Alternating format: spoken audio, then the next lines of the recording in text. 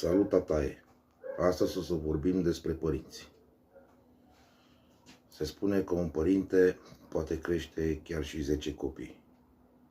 Dar 10 copii nu pot avea grijă de 2 părinți. Tu când ți-ai sunat ultima dată părinți?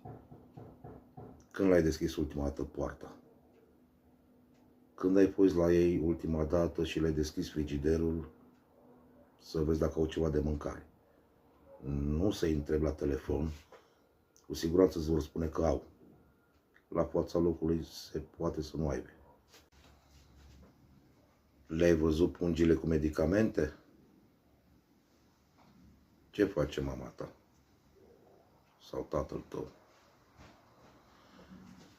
Lăsați prostiile cu alergatul până lume, după averi, după bani, după case, după mașini, că veți fi toți săraci. Mergeți acasă, deschideți-le poarta părinților, uitați-vă în ochii lor, ajutați-i și veți fi bogați. Pentru unii diasporezi care cer bani de acasă, de la părinți pensionari, de la mama, de la tată, și pachete ca o pofte de la pensionari. Mergeți în fața oglinzii să vedeți cât de mici sunteți și cât ați căzut la 30, 40, 50 de ani să cereți bani și pachete de la părinți cu o pensie de nimic.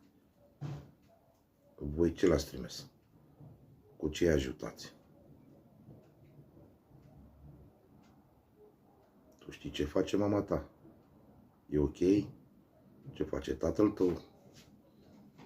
Este ok? Degeaba o să-i plângeți că nu o să mai fie. Nu o să vă audă. Degeaba o să le duceți flori. O să le faceți morminte de lux că nu o să mai fie.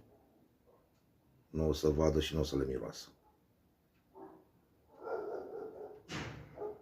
Du-te la mama ta și la tatăl tău.